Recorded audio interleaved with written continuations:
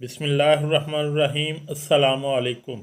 मोहतरम नाजरीन, क्या आपने कभी ये भी सोचा है कि इंसान का थकावट से बुरा हाल हो, सर्दी का मौसम हो, रज़ाई और कंबल में लेटा हुआ हो, सर्दी से थर थर काँप रहा हो और फिर अल्लाह की पुकार यानी अजान की आवाज़ सुनकर गर्म लिहाफ और गर्म कंबल छोड़कर वो इंसान सख्त सर्दी में ठंडे पानी से वज़ू करे।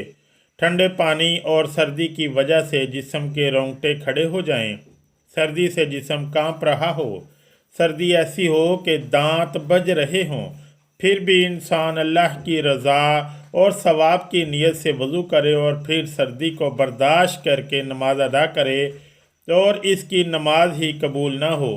क्या ऐसा भी हो सकता है? जी बिल्कुल हो सकता है, क्योंकि अल्लाह 5 लोगों की पढ़ी नमाजें कबूल नहीं करता। मुसलमान होने के बावजूद, नमाज पढ़ने के बावजूद इनकी नमाजें कबूल नहीं होती, फिर इनका कोई भी अमल कबूल नहीं होता। अल्लाह ताला 5 कमबख्त लोगों की नमाजें दुनिया में ही इनके मुंह पे मार देता है, कबूल नहीं करता। पहला वो शख्स जो अपनी बीवी को रुलाता है, बातों बातों पर अपनी फैमिली के साथ झगड़ा करता है, लड़ाई करता है, अल्लाह ताला इस शख्स की नमाज कबूल नहीं करता। मुझे बताओ, जिसकी नमाज कबूल नहीं होती, इसकी कोई दुआ कबूल होती होगी? इसका कोई भी अमल कबूल नहीं होगा। एक शख्स था, गुर्बत के हाथों तंग आकर इसने अपनी बीवी को मारना शुरू कर दिया, अपनी बीवी को पीटना शुरू कर दिया, बीवी को रोज़ाना मारता, घर में लड़ाई करता, झगड़ा करता, बीवी को जलील करता, तरह तरह की अज़ियतें देता, तरह तरह की तकलीफ़ें देता, सिर्फ इस वजह से कि जब से तू मेरे घर में आई है मेरी खुशियों का जनाजा निकल गया है। गुर्बत अरूज पर आ गई। एक दिन इस शख्स की बीवी रो रही थी। इस शख्स ने अपनी बीवी के ऊपर जुल्म ढाया। बीवी रो रही थी, वहाँ से एक बुज़ुर्ग अल्लाह वाले का गुज़र हुआ। फ़कीर ने, अल्लाह वाले ने इसकी बीवी को रोते देखा तो इस शख्स को कहा, मियाँ तूने अपनी बीवी को क्यों मारा है? इसे क्यों जलील कर रहा है? क्यों रुस्वा कर रहा है? इसके ऊपर क्यों जुल्म ढा रहा है?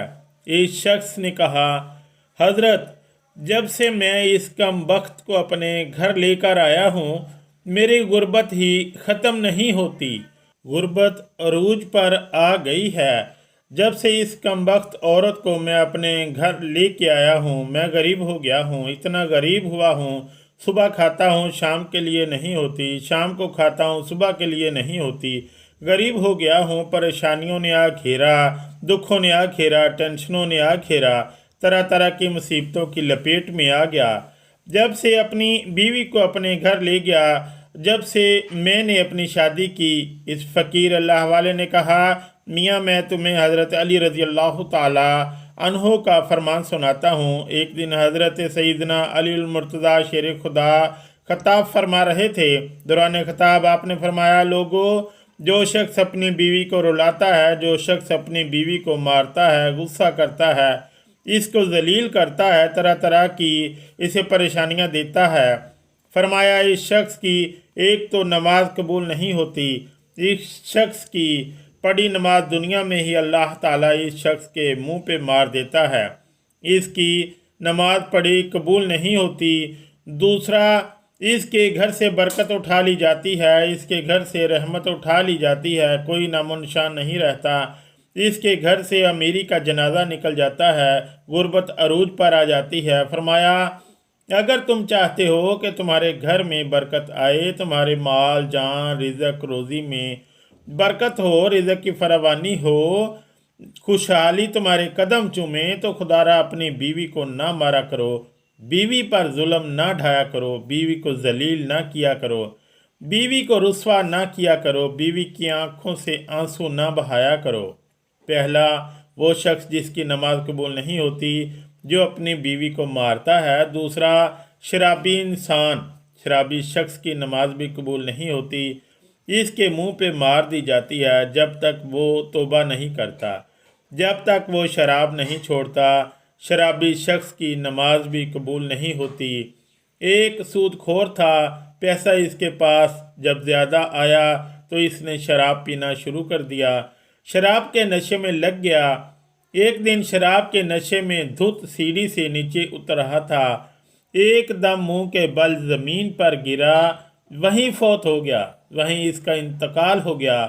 بیٹا کئی روز تک باپ کا غم مناتا رہا۔ ایک رات بیٹے نے خواب میں باپ کو دیکھا، پوچھا ابا تیرا کیا حال ہے؟ باپ نے کہا بیٹے نہ پوچھ، سیڑھی سے نیچے اتر رہا تھا، بجائے زمین پر گرنے کے سیدھا جہنم میں چلا گیا۔ جو شخص شراب پیتا ہے وہ دنیا میں بھی ذلیل و خوار، آخرت میں بھی ذلیل و خوار، اتنا بڑا ذلیل ہوتا ہے کہ اس کی نماز بھی اللہ تعالیٰ قبول نہیں فرماتا۔ تیسرا وہ شخص جو اپنے والدین کو ستاتا ہے، والدین کو رلانے والا، والدین کو تڑپانے والا، والدین کو طرح طرح کی پریشانیاں دینے والے شخص کی بھی اللہ تعالیٰ نماز قبول نہیں کرتا۔ جس شخص کے اوپر اس کے والدین ناراض ہیں، اس کے اوپر تو اللہ بھی ناراض، اس کا رسول بھی ناراض۔